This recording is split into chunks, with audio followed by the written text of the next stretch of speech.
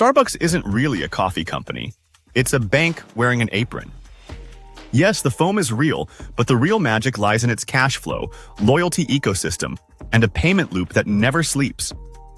This isn't just coffee, it's an engine of predictable revenue and habit-driven finance. So today, we open the lid and follow the money, one cup at a time. 1. The big picture. Starbucks is everywhere, not just on street corners but across entire economies.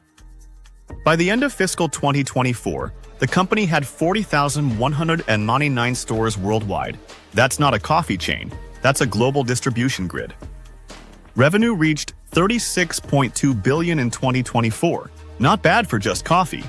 But its influence goes far beyond caffeine. Starbucks changed how we socialize, creating the third place between home and work. A space where Wi-Fi is free, queues move at a steady rhythm, and your name is occasionally misspelled with great confidence. Yet the real story isn't cultural, it's financial. Starbucks turned daily routines into a finely tuned cash flow algorithm. Prepaid balances, digital ordering, and a loyalty engine that keeps you coming back and paying ahead. 2. The hidden bank. Let's talk about the Starbucks card and the app, two of the most profitable ideas in modern retail. You load money in, you tap to pay, and crucially, Starbucks holds that cash before you ever get your latte. On its balance sheet, this shows up a stored value card liability and deferred revenue. At the end of FY 2024, that figure stood at $1.78 billion. In some quarters, it was even higher. Q1 FY 2024 hit $220 billion. That's a lot of interest-free float sitting in Starbucks' pocket. And the effect spikes every holiday season. In Q1 FY 2024, Americans loaded a record $3.6 billion onto Starbucks cards. That made Starbucks the second most activated holiday gift card brand in the US. But float isn't just free money, it's power over time. Cash now, coffee later.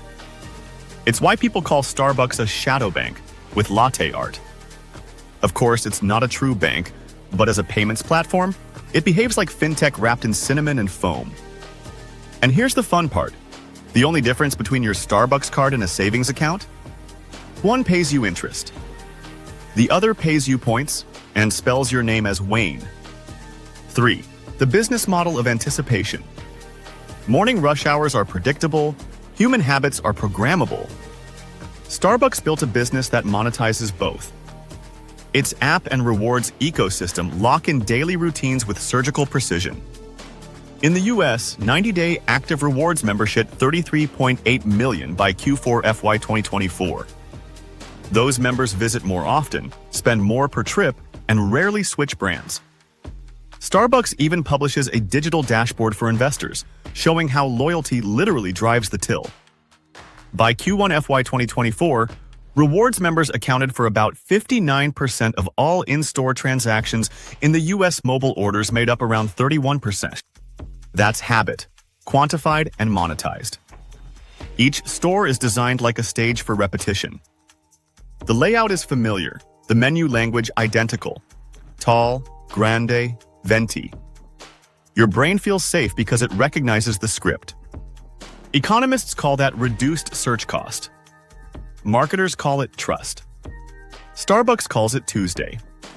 4. Cost engineering and pricing power. Here's the secret behind the cup. Coffee beans aren't where the real cost lies. For Starbucks North America, analysts estimate beans make up only about 10% of total COGS. The rest goes to labor, rent, equipment, packaging, and the entire third-place experience. So when Arabica prices rise, the hit is real but manageable. Brand power gives Starbucks the ability to pass on costs strategically. Even when traffic softened in 2024, average ticket size in US stores rose roughly 4% in Q4. Pricing and mix did the heavy lifting. That's what economists call pricing power. Not infinite, but strong enough to protect margins while competitors scramble. Light note: that extra syrup, the cold foam, the drizzle of caramel, they turn a $5 drink into my $9 masterpiece. Economists call it mixed bundling. Baristas call it a workout. 5. global expansion, and localization. Starbucks learned to travel and adapt. The US remains the core, but China is now the scale story. By Q4 FY 2024, Starbucks China reached 7,596 stores, up from 6,106 a year earlier. A massive footprint with a distinctly local playbook. Competition, however, is brutal. Local rivals grow fast and price wars are very real.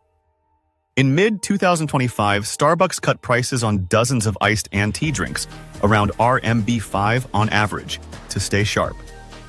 Localization isn't just about pricing. It's about taste, habits, and rituals. Tea-forward menus, region-specific flavors, and delivery partnerships define the Chinese Starbucks experience. The brand bends to local life, from cup sizes to seating layouts, without breaking its identity. 6. The future of Starbucks. The next phase of Starbucks isn't about expansion. It's about efficiency, technology, and discipline.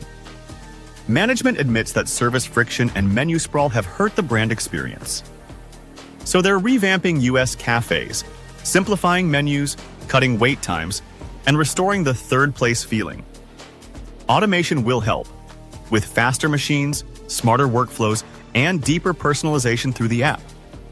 But the big question is margin. Can Starbucks maintain its bank-like cash efficiency in a low-growth, high-competition world? Float and loyalty will help. So will real estate discipline and operational throughput. But executing all three perfectly, that's the real test. 7. Bigger lesson, from coffee to loyalty as leverage. Zoom out. Starbucks is more than coffee. It's a masterclass in monetizing habit. It's a playbook every retailer dreams of copying. Step 1. Build a habit. Make the product easy, familiar, and customizable. Step 2. Embed a wallet, own the payment moment, earn float, and reduce leakage. Step 3. Close the loop with data, predict inventory, promos, and staffing. That's coffee as a service. The store is the node. The app is the spine. The balance sheet is the moat. Apple does it with devices and services. Nike does it with apps and memberships. Amazon does it with Prime and one click. Starbucks did it with espresso and foam. In the end, Starbucks didn't just sell coffee, it sold trust. The kind of trust that tomorrow's latte will taste the same, cost about the same, and arrive with your name on it, even if it's spelled wrong. Trust is the world's most profitable product. And Starbucks bottles it fresh every single day. Stay curious, stay sharp.